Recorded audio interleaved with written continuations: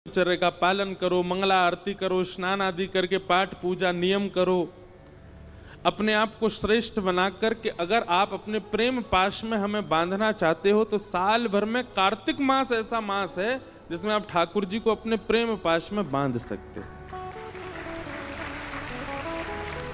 ठाकुर जी आपके हो सकते हैं। देखिए, ठाकुर जी को बांधना ही है अपने प्रेम में। भक्ति का मतलब क्या होता है?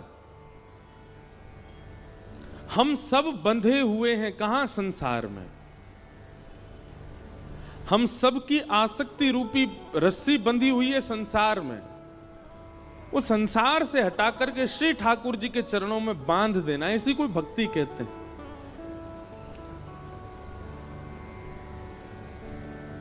लेकिन संसार से जब हमारी आसक्ति रूपी रस्सी बंधी होती है तो हम बंधन में होते हैं, संसार तो मुक्त ही है।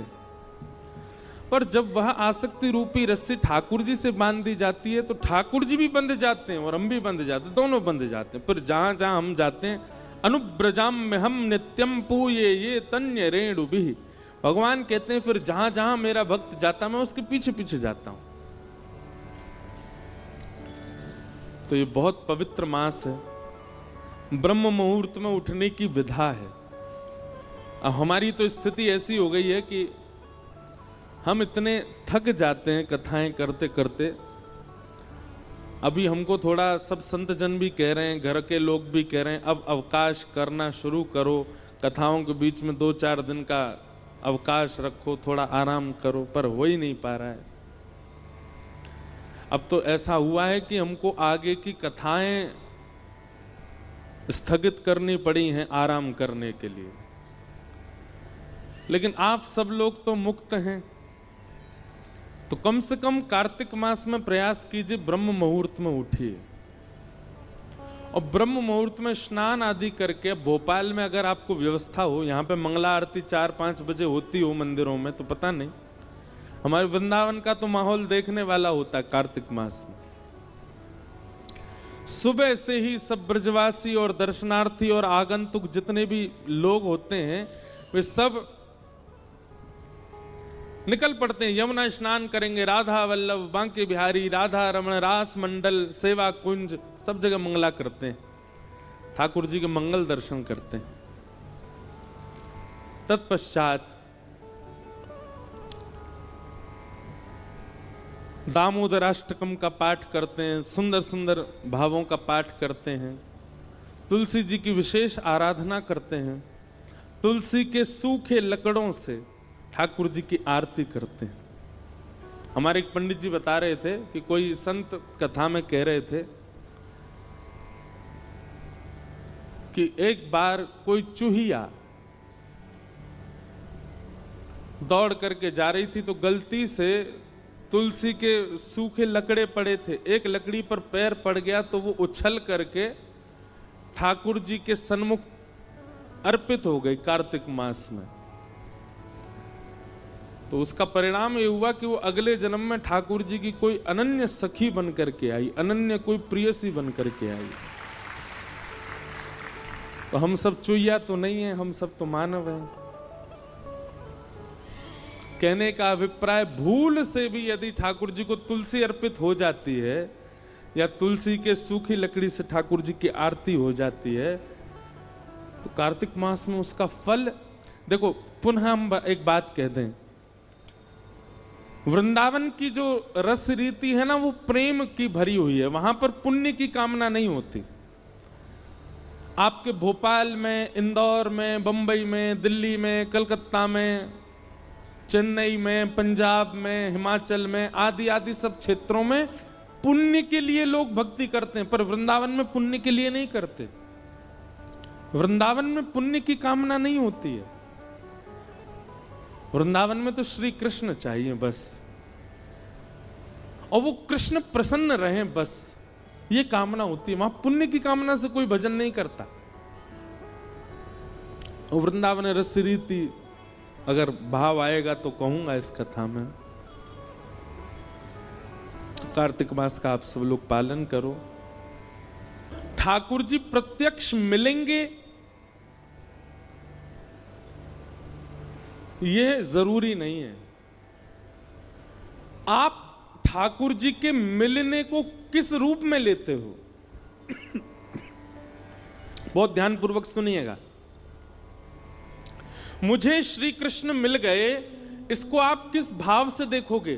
कि मेरे संग कृष्ण बैठते होंगे, मेरे संग कृष्ण खाते होंगे, मेरे संग कृष्ण सोते होंगे, मेरे संग कृष्ण डोलते होंगे, इसको आप समझोगे कि इनको कृष्ण मिल गए? नहीं। सब लोग बिल्कुल सावधानी से सुनिएगा। कृष्ण प्राप्ति के लक्षण क्या हैं? सबसे पहला, आपका हृदय प्रेम से अथाह भर गया हो।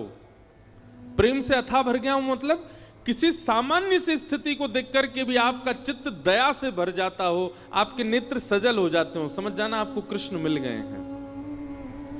दूसरा लक्षण सुनो, अब ताली नहीं बजाओ, सुनो बस। हमें पता है आप सुन रहे हो। कई बार ताली के चक्कर में क्या होता है, 4 लोगों ने सुनी, उनने बजाई, 40,000 उसी के चक्कर में बजा देते हैं। कुछ अच्छा ही बोला होगा तभी तो सब बजा रहे हैं। ताली मत बजाओ, आप बस कथा सुनो। और हमको ताली की बहुत इच्छा नहीं है, बस जब कीर्तन किया करें तब बजाया करो आप।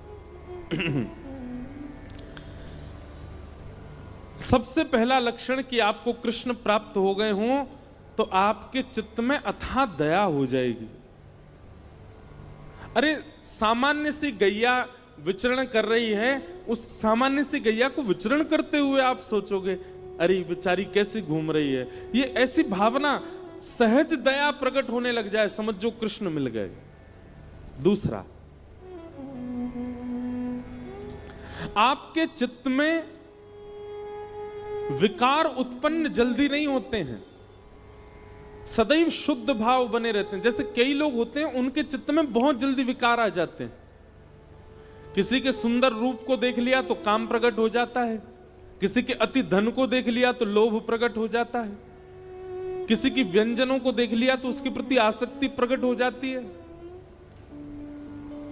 कहीं पर व्यसन वस्तु देख ली तो उसके प्रति भोग दृष्टि प्रकट हो जाती। समझ रहे हैं ना बात को? पर आपकी स्थिति कैसी? आपकी जल्दी जल्दी विकार उत्पन्न नहीं होते चित्त में। कोई कितना भी रूपवान आपके सामने आ जाए पर आप उसके रूप को देख करके ये विचार नहीं करते कि ये मेरा हो जाए, आप बल्कि उसके रूप को देख के ये विचार करते हो ये इतना सुंदर है तो इसको बनाने वाले ठाकुर जी कितने सुंदर होंगे, ये इतना रूपवान है। बेचारे आदत हो गई आपकी ताली बजाने की, मारी फिर रुक गए, अरे हमको तो बजानी नहीं थी।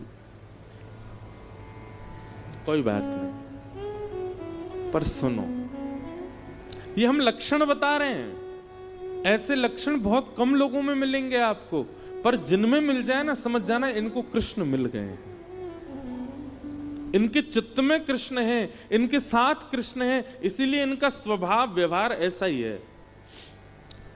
तीसरा लक्षण कृष्ण प्राप्ति का क्या है? कोई आपको बोल दे ऐसे ही मजाक में, बोले क्या भोपाल में गंगा जी बह रही हैं, तो आप उस पर विचार नहीं करोगे, आप मान ही जाओगे, अच्छा आ गई होंगी, पहले तो नहीं थी अब आ गई होंगी। इतना भोलापन चित्त में आ जाएगा, आप चतुराई भूल जाओगे, आप अत्यंत सहज हो जाओगे, अत्यंत भोले हो जाओगे, समझ जाओ कृष्ण मिल गए। कोई आपको कह देगा कि आज सूर्य चंद्र एक दूसरे के गले में गलवैयां डाल करके आकाश में बैठे हैं, तो आप मान लोगे इस बात को, आप उस पर चिंतन नहीं करोगे, अच्छा होगा ऐसा, समझ जाओ कृष्ण मिल गए।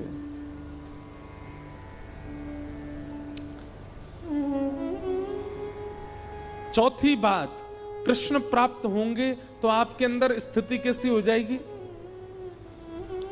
व्रत करना, नियम करना, जल्दी उठना, कथा सुनना, कीर्तन करना, साधन करना, इनको आप नियम की तरह नहीं करोगे, इनको आप सौभाग्य की तरह करोगे। ये मेरा सौभाग्य है, कोई आपसे रात्रि 11 बजे बोले कि कल सुबह 3 बजे उठना है, तो आप आना कान, अरे राम राम, नींद पूरे नहीं होने दे रहे हैं मेरी, क्या करें, ये 3 बजे उठना है, तो आप उसके लिए इतने सौभाग्यशाली मानोगे अपना, अरे 3 बजे उठना है, ठीक है सुबह तो 3 बजे उठेंगे हम। कल आपको व्रत करना है, पूरे दिन कुछ खाना नहीं है, तो आप इससे विचलित नहीं होगे, आप और आनंदित हो जाओगे, अच्छा मुझे व्रत करना है। जैसे कई लोग एकादशी का नियम ले लेते हैं कि हमको एकादशी करनी है, तो जैसे एकादशी आने वाली वो 10वीं को इतना खा लेते हैं कि कल तो भूखा रहना है हमको। पर कृष्ण जिसके चित्त में आ जाते हैं ना, वो व्रत को नियम की तरह नहीं, सौभाग्य की तरह करता है, उत्सुकता की तरह करता है। जैसे बालक को कह दो कल हम तुझे मेला ले जाएंगे, तो रात भर सोता नहीं बालक, उसको इतनी एक्साइटमेंट रहती है, इतना पसंद रहता है, कल मेला में जाऊंगा। ऐसी उत्सुकता व्रत के लिए, नियम के लिए, सेवा के लिए, कथा के लिए, कीर्तन के लिए, धाम गमन के लिए उत्पन्न हो जाए, समझो कृष्ण प्राप्त हो गए। और 5वां लक्षण, रेलवे स्टेशन हो, एयरपोर्ट हो, बस स्टैंड हो, पब्लिक प्लेस हो, मॉल हो, कहीं भी कोई तिलकधारी दिखाई दे जाए, कोई कंठी पहना हुआ दिखाई दे जाए, भले ही आप अपने ऑफिस के काम से हो, आप ऑफिशियल वेशभूषा में हो, लेकिन दिख जाए कि कोई वैष्णव सामने आ गया है, तो चित्त में अत्यंत आह्लाद, परिचय नहीं है आपका उससे, आप जानते नहीं हो उसको, लेकिन उसके वैष्णव भाव को देखकर के आप अत्यंत आनंदित हो जाओ, अत्यंत सुख में भर जाओ, और आपका मन हो कि मैं जाके इसको प्रणाम करके आऊं, समझ जाओ आपको कृष्ण मिल गए।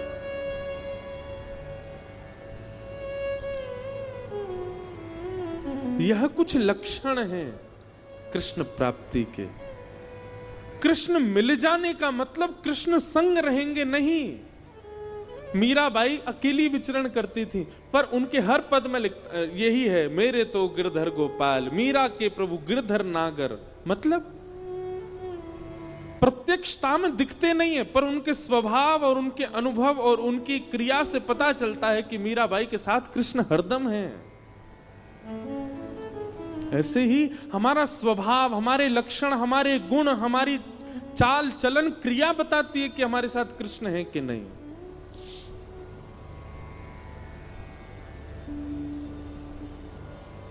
इसलिए भैया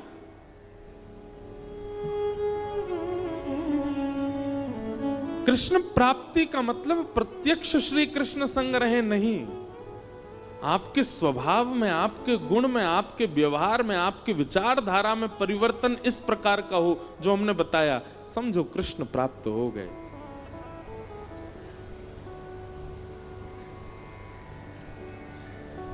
और कृष्ण प्राप्ति की प्रथम सीढ़ी क्या है? नाम जप, नाम संकीर्तन, ठाकुर जी के नाम का निधिध्यासन, स्मरण और निरंतर उसी का चिंतन, उसी से ही यह गति पकड़ेगी।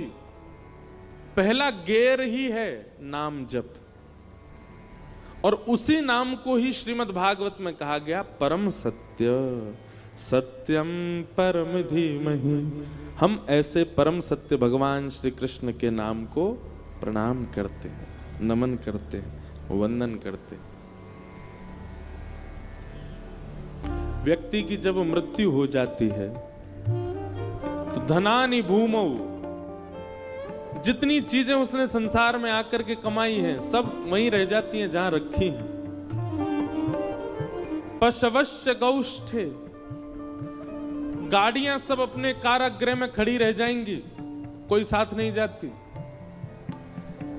आप कहोगे महाराज जी धन और गाड़ी ये तो निर्जीव प्राणी हैं, जीवित लोगों की बात करो तो कहते हैं भार्या गृहे द्वारी, जिसके साथ 7 जन्मों तक रहने का आपने संकल्प लिया था, विवाह किया था, वो भी घर के द्वार पर खड़ी रह जाती, उससे आगे नहीं जाती। भार्या गृहे द्वारी जनश्मशाने, परिवार के सब जन भी केवल शमशान तक जाते हैं, उसके आगे वो भी नहीं जाते। आप कहोगे मेरा देह मेरे साथ जाएगा, तो ये भी नहीं जाएगा।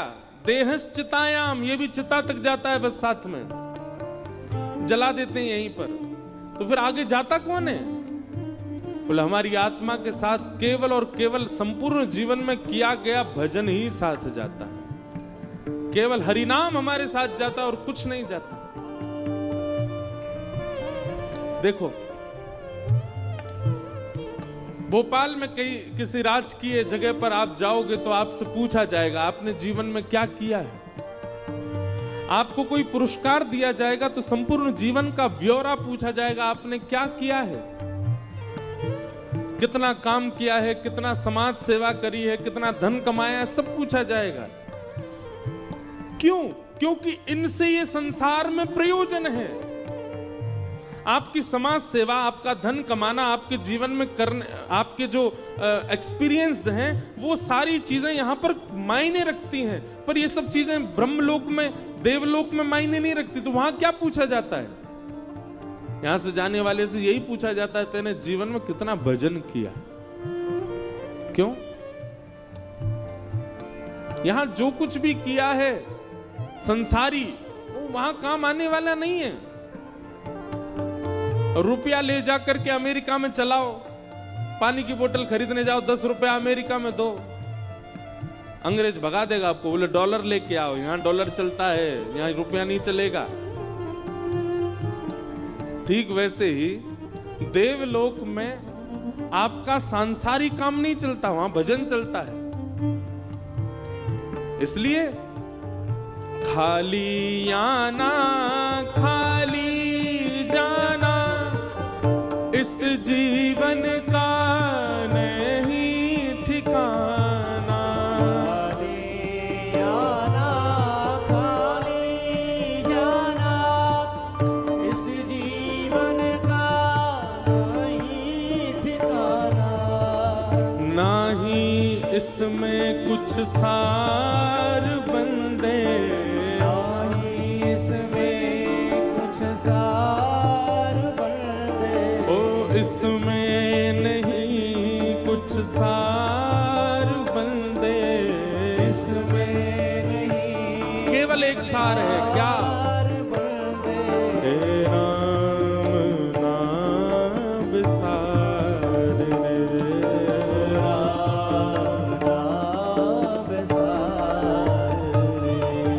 राम नाम विसार बंदे, राम नाम विसार बंदे। राम नाम विसार रे, राम नाम विसार रे। हे राम नाम विसार रे। राम नाम विसार। गाओ भाव से।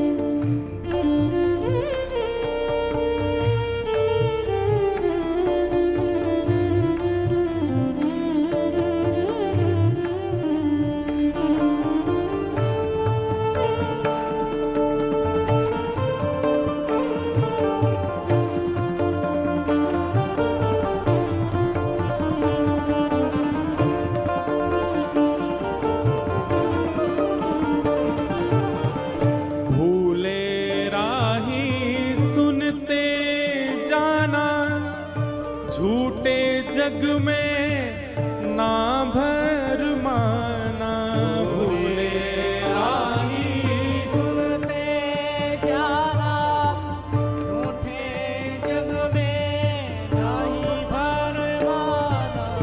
बंधुओं, एक हमारी बात सुनोगे? कटु सत्य है पर संसार में सब लोग चाहे कितना भी प्रिय संबंधी क्यों ना हो, सब आपसे स्वार्थ से ही जुड़े हुए हैं।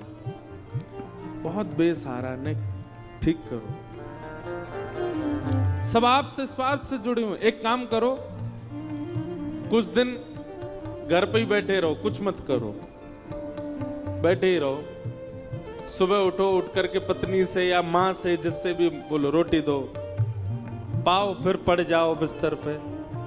फिर दोपहर में उठो, फिर पाओ, फिर पड़ जाओ बिस्तर पे। फिर रात में उठो, फिर पाओ, फिर पड़ जाओ बिस्तर पे।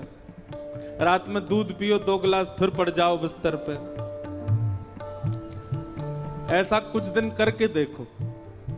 15 दिन में, हम कान पकड़ के क्षमा मांग के बोल रहे हैं, 15 दिन में बच्चों को, पत्नी को, माँ को, पिता को, भाई को, ताऊ को, दादी को, सबको खलने लगोगे।